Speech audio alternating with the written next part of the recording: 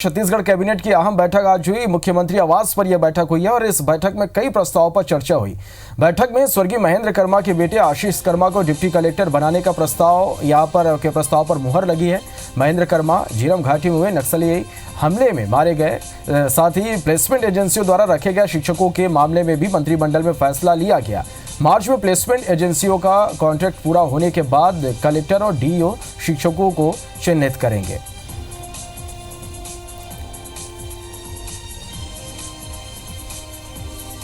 प्रभावित आदरणीय महेंद्र कर्मा जी हमारे नेता थे। नक्सली हमले में वो मारे गए थे, तो उनके चिरंजीव आशीष वर्मा को विशेष नियुक्ति का मामला हमारे अभी मंत्रिमंडल में आया था और ये निर्णय लिया गया है कि उनको भी डिप्टी कलेक्टर के पद पर विशेष नियुक्ति दिया जाए।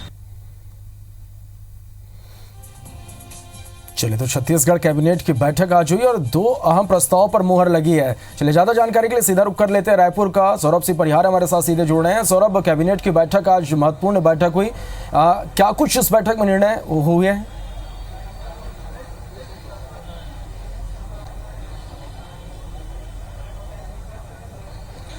बिल्कुल, देखिए श्रवण, आज जो है सीएम हाउस में ये जो बैठक हुई है और इस बैठक में दो महत्वपूर्ण निर्णय लिए गए। पहला, जो स्वर्गीय महेंद्र कर्मा के जो सुपुत्र हैं आशीष कर्मा, उनको जो है डिप्टी कलेक्टर बनाने को लेकर चर्चा हुई है और उस पर उनके जो प्रस्ताव है उस पर मुहर भी लग गई है। और दूसरी सबसे महत्वपूर्ण जो है वो जो प्लेसमेंट एजेंसियां है जो जिसके तहत जो शिक्षक नियुक्त किए जाते हैं। कल विधानसभा में जो है इसको लेकर हंगामा भी हुआ था। विद्या मितान के जो अंतर्गत जो शिक्षक नियुक्त किए गए हैं और प्लेसमेंट एजेंसियां जो है आधा पैसे केवल शिक्षकों को दे रही थी, इसके कारण जो है हंगामा हुआ था कल विधानसभा चुनाव इसमें सदन में। इसके बाद जो है आज बैठक में जो कैबिनेट की बैठक है उसमें यह निर्णय लिया गया कि वो जो प्लेसमेंट एजेंसियां है उनका जो अवधि है वो मार्च तक है, तो मार्च तक चलने दिया जाए। उसके बाद जो है कलेक्टर और डीओ वो जो है पूरी तरीके से इनकी जो है देखरेख करेंगे और जो है जो भी रिक्रूटमेंट है उनके वेतन निर्धारण से संबंधित जो चीजें हैं वो पूरी तरीके से कलेक्टर के और डीओ के अधीन होंगे। तो ये जो महत्वपूर्ण निर्णय लिए गए। उसके अलावा जो है जो आदिवासी है, किसान है और जो अन्य मुद्दों पर भी चर्चा हुई है।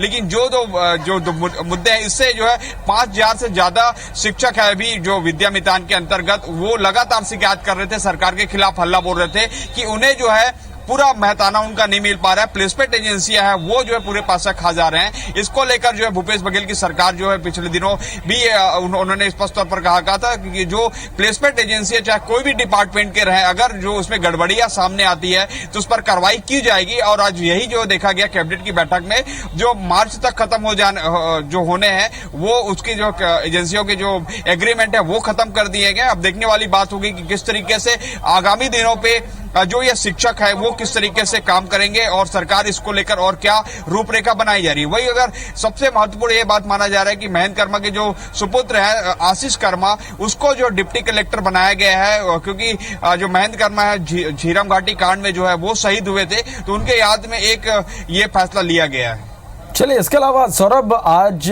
पीसीसी में भी महत्वपूर्ण बैठकें होनी है। पीएल पुनिया छत्तीसगढ़ के दौरे पर, इन बैठकों के बारे में क्या कुछ जानकारी आपके पास?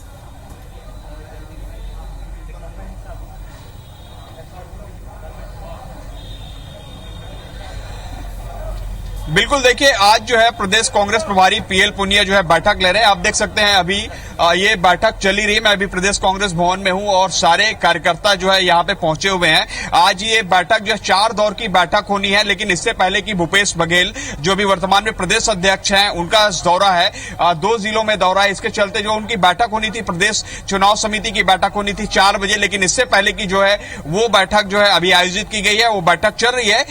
इस बैठक में जो है पीएल पुनिया प्रभारी हैं वो मौजूद है, रविंद्र चौबे, शिव डहरिया जैसे और तमाम जो वरिष्ठ नेता हैं, पीसीसी के पदाधिकारी हैं वो शामिल है। निश्चित तौर पर इस बैठक में ये जो सहमति बनेगी, जो लोकसभा के 11 उम्मीदवार चयन करने हैं उसको लेकर। तो कल जो है इससे पहले की विधायक दल की बैठक में विधायकों से 2-2 नाम मांगे गए थे कि उनके लोकसभा के लिए कौन संभावित प्रत्याशी हो सकता है। तो इसको लेकर जो उसको लेकर भी चर्चा होगी और जो जिन्होंने दावेदारी की है, अपने खुद से दावेदारी की है, उसके अलावा जिन्होंने जो सर्वे में जो रिपोर्ट आई है, तो इन 3-4 जो प्रक्रिया है नाम जो चयन को लेकर उन पे जो सहमति बनेगी कि एकमत राय बनेगी किसका नाम जो है पीसीसी जो एआईसीसी को भेजा जा सकता है। तो निश्चित तौर पर ये आज की जो बैठक है महत्वपूर्ण बैठक है, अभी चली रही है बैठक, लगभग आधे घंटे और बैठक चलेगी और इस बैठक में ये एक पूरी तरीके से क्लियर हो जाएगा कि किसके नामों को जो एआईसीसी आला कमान को भेजा जा रहा है। सौरभ, तो कुल मिलाकर ये बैठकें महत्वपूर्ण है, आप नजर बनाए रखिएगा, अपडेट हम आपसे लेंगे। फिलहाल बहुत बहुत धन्यवाद इस पूरी जानकारी के लिए।